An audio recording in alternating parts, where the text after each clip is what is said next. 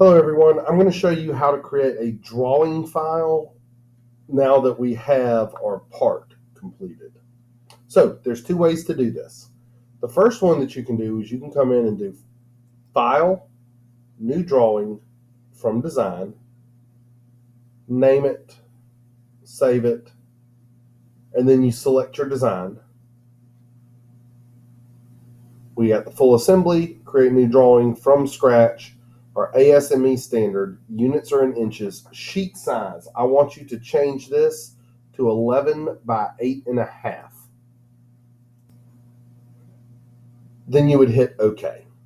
So that's step one. Let me show you another way that you can do this. You can come over to the individual component that you want, see how our component is selected, and if I right click, create drawing right here.